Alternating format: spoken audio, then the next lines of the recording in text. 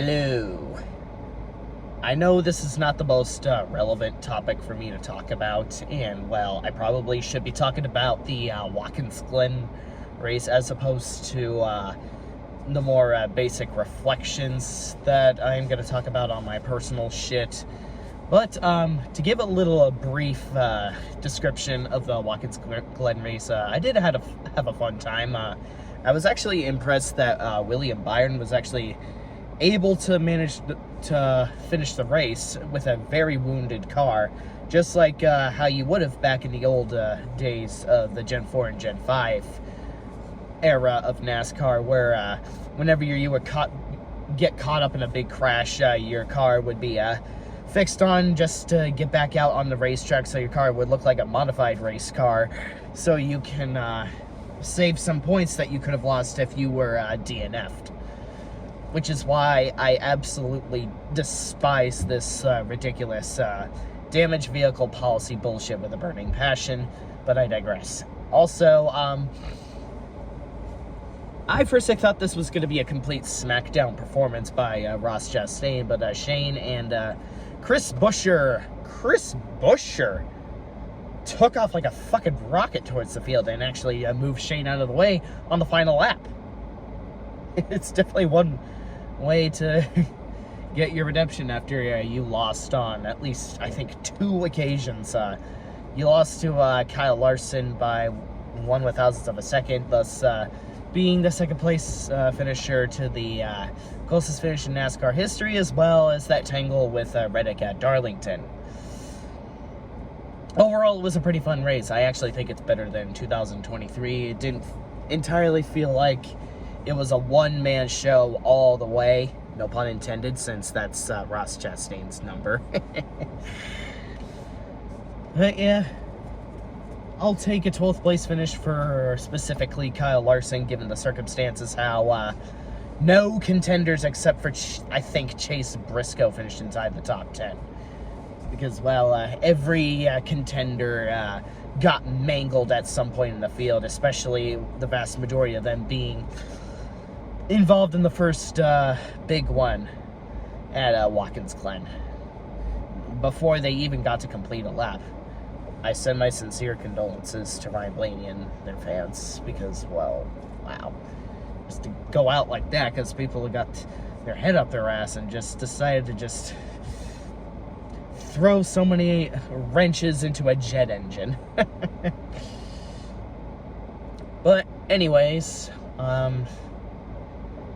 you know, with all the shit that I've been through, and if you haven't already seen some of my videos talking and venting about the egregious harassment that I had to deal with, you could perhaps, well, say that I appreciate some of the middle school teachers or other adults in my minor years that they disciplined and nurtured me whenever I was being full of absolute insufferable cringe. Because, well, when I was recapping some of the bullshit that I had to deal with in my middle school times, the creep that sexually violated me said it was quote-unquote cute that I would put a sticky note behind a girl's back that said verbatim, "butt asser." Like, really? You really are that infatuated and helplessly obsessed with that adjective to the point where you would use it as a juxtaposition over something that you should not be doing to other people at all? Come on, man. That was the turning point back in well, not the situation I'm describing, but when I told him in 2019, 10 years after it happened, that when he said it was cute following me telling him that particular story, that was a turning point where I was actually getting really tired of him profusely ramming that adjective straight to the damn ground, because it was just getting very disconcerting and massively unsettling. Like, dude, are you at all disciplined at all in using such words like that? Like, do you not understand that how discomforting it is whenever people use cloying sentiments in arguably the most oxymoronic subjects possible. I'm just saying. But yeah, anyway, if anything I could appreciate about those dark medieval times that we call middle school, quite literally, they're medieval, it's that reflecting on my cringe self hardens me into a much more morally principled person and understands to respect women's boundaries, in contrast to the piece of fucking shit that violated my boundaries even though I said no probably more fucking times than the earth has made revolutions around the sun while I was alive, which is 27. Probably much more than the amount of years the oldest tree on earth has ever lived, which is probably, I don't know, somewhere in the 5 digits. I don't fucking know. I did read somewhere that there was, like, well, actually, fuck it. I said no more times than the amount of dinosaur bones are on Earth. There, that's how many times I've said no. Give or take. But yeah, I, in hindsight, understood why I did not really deserve much gratitude from one particular girl in 6th grade that I was crushing on because of how really peculiar I was coming off and how really, really weird and just socially disturbing well, not disturbing, but rather socially corrupt I was, because I didn't know how to approach the opposing gender, because, well, I would do a lot of really dumb shit, like I give them bunny ears, or put sticky notes on their back, or just say really vulgar words in front of them when I was 12 years old. But hey, in my defense, I was 12 years old and I didn't know a lot any better. But honestly, to be fair, I will say that the teachers that were disciplining me when I was saying a lot of dumb shit did the right thing, and it, in the long run, actually made me, well, into a better person, made me the man I am today, because, well, I really wouldn't want to, like, do anything that morally deprived when I was, like, well, 27 years old, which is how old I am. I can't really say for sure if some of these women who are around my age right now would have the chips on their shoulders, or would at all acknowledge if I changed or not.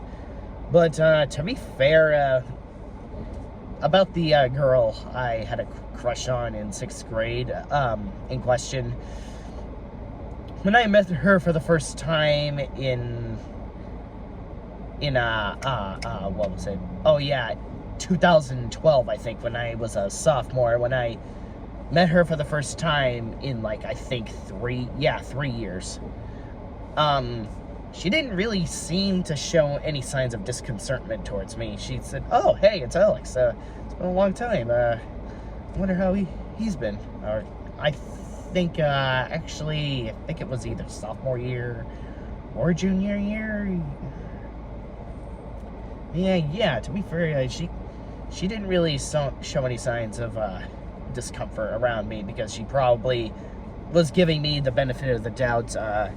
She was probably thinking in her head, okay, maybe he actually has grown up, and maybe he does have shame towards the absolute cringe and embarrassment he was all those years ago. So I'll just leave him be. I won't feel paranoid with him in my space. And she and I did sometimes talk every now and then in the gym, but it wasn't as super frequent as in the middle school days. And because, well, in high school, I did my absolute very best to present myself in the best role model as I possibly can towards both women and men, because well, why would I want to come off across as the piece of shit that violated me. It's just a thought. Or even the shit back in middle school that got me in trouble. That wasn't even the scumbag sex offender towards me wasn't even the bitterness I had in high school. Hell, that wasn't even happening during the high school days. That didn't happen until 2017 to 2023. Because, well, I, in hindsight, did not really deserve any kind of respect for the kinds of cringy stuff that I would do. And, well, maybe someday we will, by coincidence, I will, by some coincidence, run into some of the people again that I used to see every single day in 6th grade, and now it's just a distant memory these days. So distant that it was a time before I created my YouTube channel. But yeah, that used to be the darkest time in my life. I just despised those times more than anything in the world. I could go on about why I appreciate a lot of the teachers and classmates of mine back in 6th grade, 7th grade, and 8th grade, but since I always seemed to have the biggest amount of unbridled contempt towards 6th grade, I figured I would talk about the actual good aspects of that era, because at least the people that I didn't like very much back then, they weren't Nazi. And as a matter of fact, they hate those people more than anything in the world.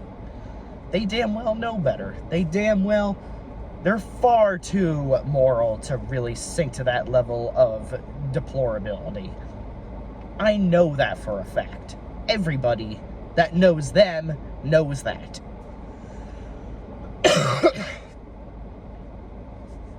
As a matter of fact, they obviously would not ever tolerate any kind of sexual predatory behavior whatsoever. They would not let this be. And you know what? Their discipline, even though I think that at times that they were a lot more hardlined than most people, I do think that they effectively made, in some way, for better or worse, made me the man I am today. Because I didn't sink to level of depravity that the piece of fucking shit crushed on me, left me in the worst kinds of ruins possible. So yeah, those may have been dark times, but at least I can use them as an example of how not to approach women or men as well. Because this applies to both sexes, all genders. Don't give me that shit, you conservatwats. Don't you dare give me that shit. Gender and sex are two different things. We're gonna talk about this on a later video. We're not gonna get well, not political, but we're not gonna dive deep into this sensitive topic. Don't you dare go on a red herring topic when that is not even the core point of this video. But hey, I'm done going on this tangent. Dropping it.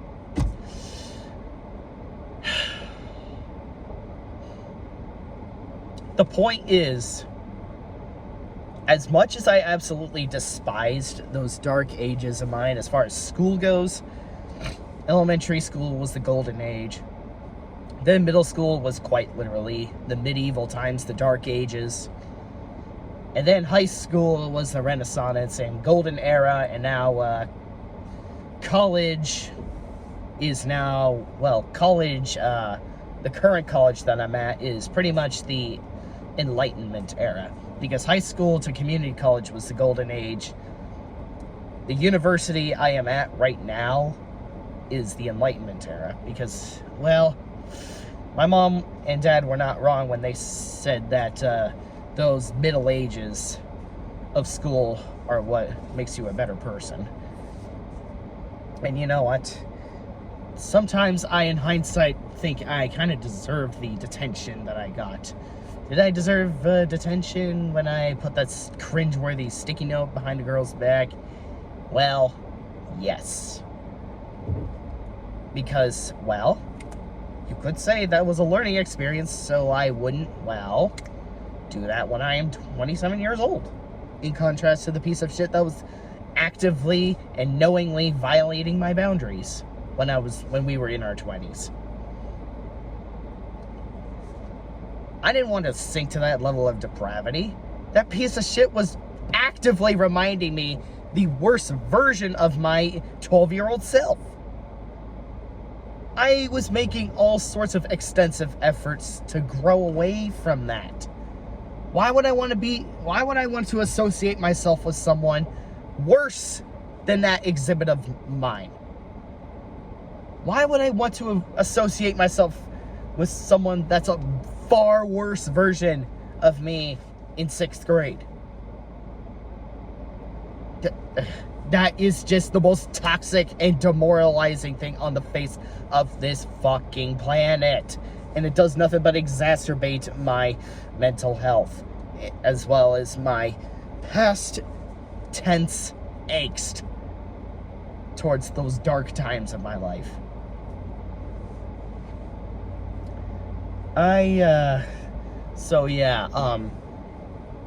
Also, I can't really exactly hold on to those kinds of grudges, especially when some of the teachers from 6th grade were actually cool. Like, as long as they spoke to me about Metallica, I actually think they're pretty awesome.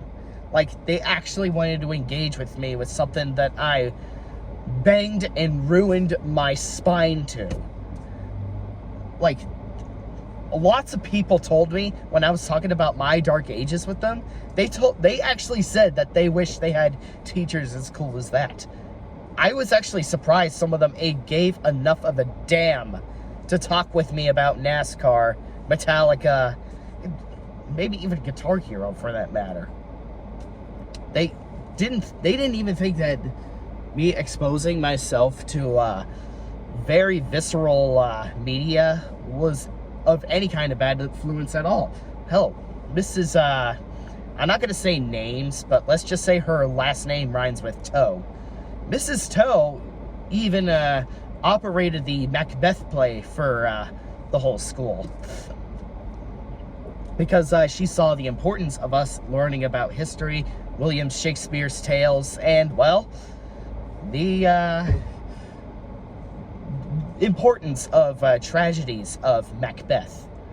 Because I, by the way, played as Lennox in the story, and, well, every time whenever I revisit parts of my life, I sometimes want to delve deep into the whole medieval era of this planet. And Macbeth is definitely well rooted into that era. Because even though those were very dark ages, as I already said, there were at least cool teachers, and there was at least cool stuff we were doing. We went to the farms. I went to the farm. My mouth is moving faster than my brain. I sincerely, unabashedly apologize. I went to a farm school with my class, with the whole school, for 3 days. And to no one's surprise, I actually was much closer to the cats and dogs at the school than I was to anybody at my school. Yes, unfortunately, including you, David, but I still love you, man. I'm pretty sure David and Matthew will understand why I dearly loved those cats. And sadly, since it's been so long, and sadly since cats don't have very much long lifespans, well, I doubt they're still alive at this point.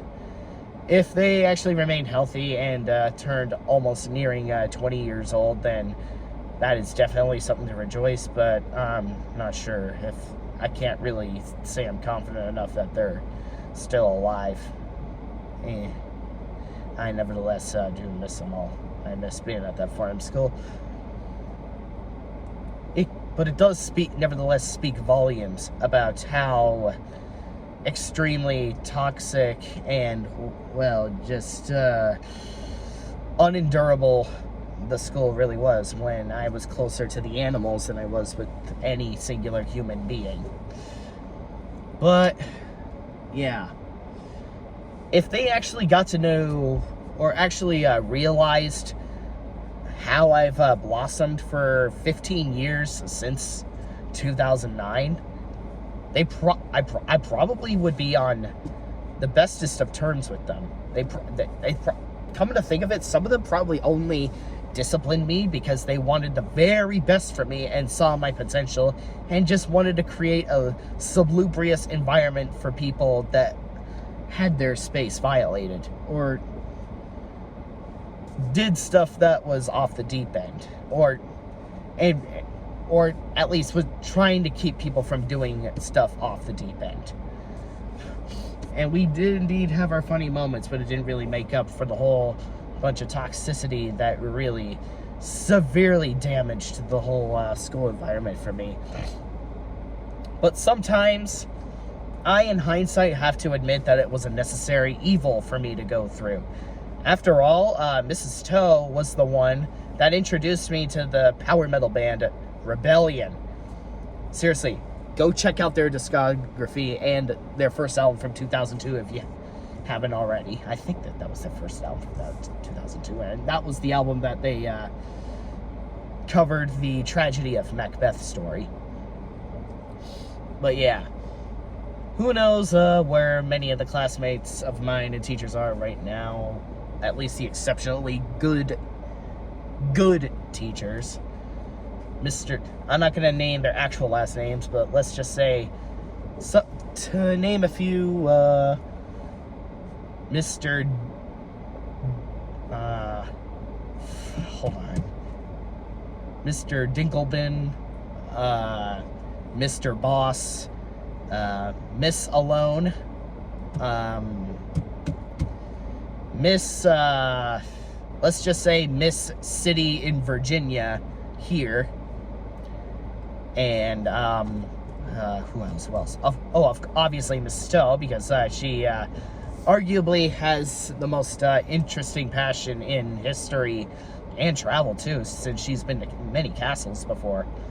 She's also friends with one of my oldest aunt on my mom's side, for fun fact.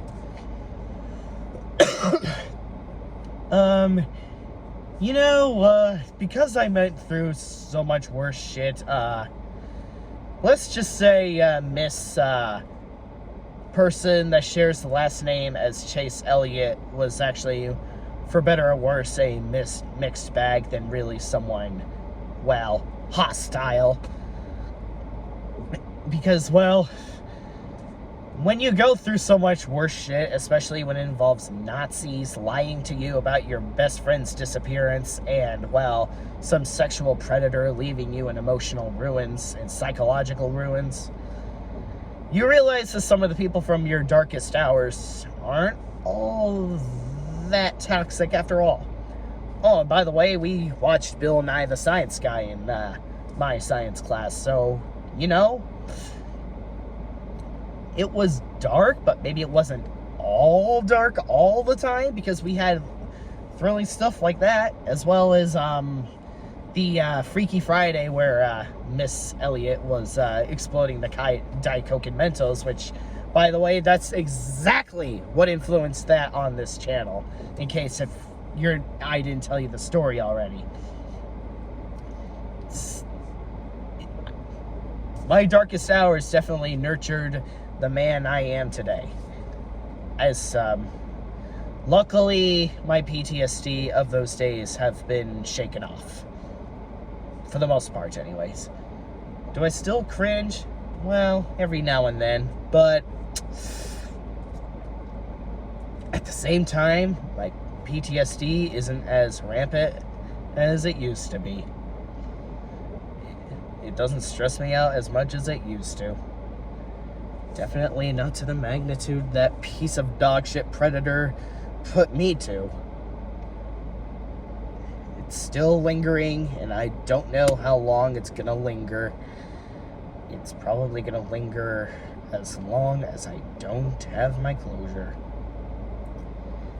You probably saw the videos of me burning the yearbooks as I would try to purge that traumatic saga away from my life. Well, not away from my life, but away from my brain, profusely replaying them to me. But I will say that that was a part of me just while processing growing up, and it was definitely painful and not easy.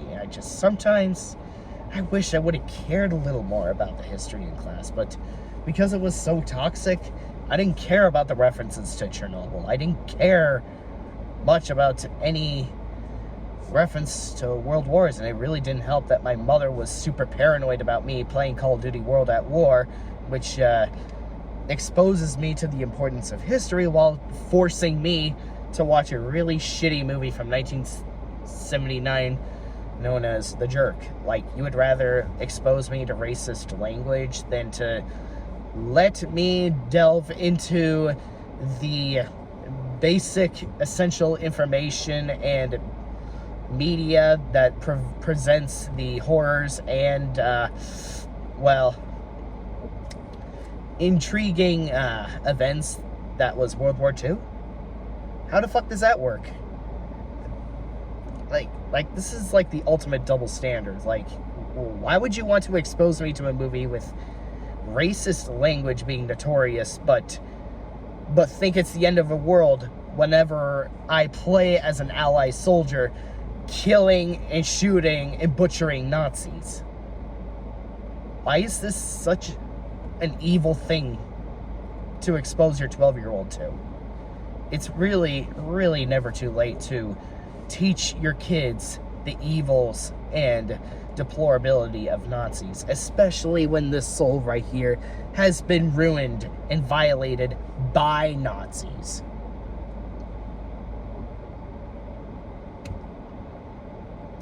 Told me to stay away from Nazis. Well,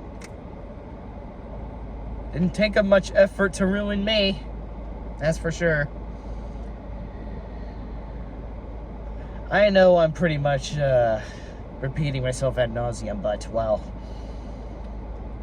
were those times of middle school dark? Well, yes. Are they on the levels of anti-Semitists, racists, homophobes, or the piece of dog shit sexual predator that violated me? Absolutely fucking not. And that is why I had ameliorated animosity towards those people of that time. Because, well, if I ever run into some of them again, I will say all is forgiven, everything is accepted. I will gladly accept you into my space and knight you if it means growing the hell away from the evil fucks that left me in ruins.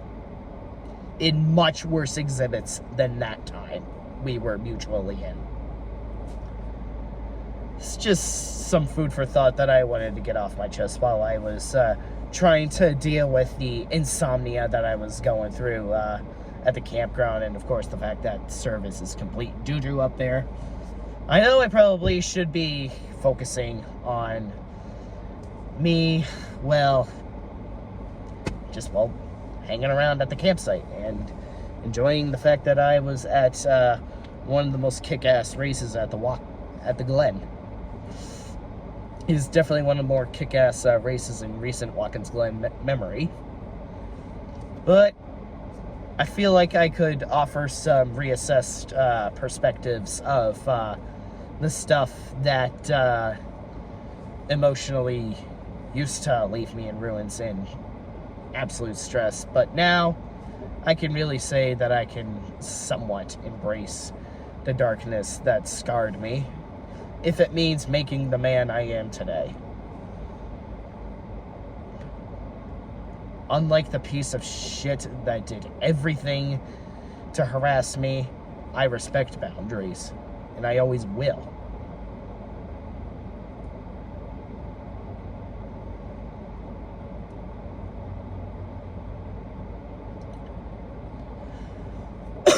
I probably rambled off on long enough. off. So, if I ever come across to the people, or much less the woman that I used to crush on again, well, I will say that I will gladly accept a fresh start. Just see, well, how it would flow as 27-plus-year-olds, since all of us had really droll, peculiar sense of humor when we were prepubescents. It was middle school, so do we really hold chips on our shoulders that much?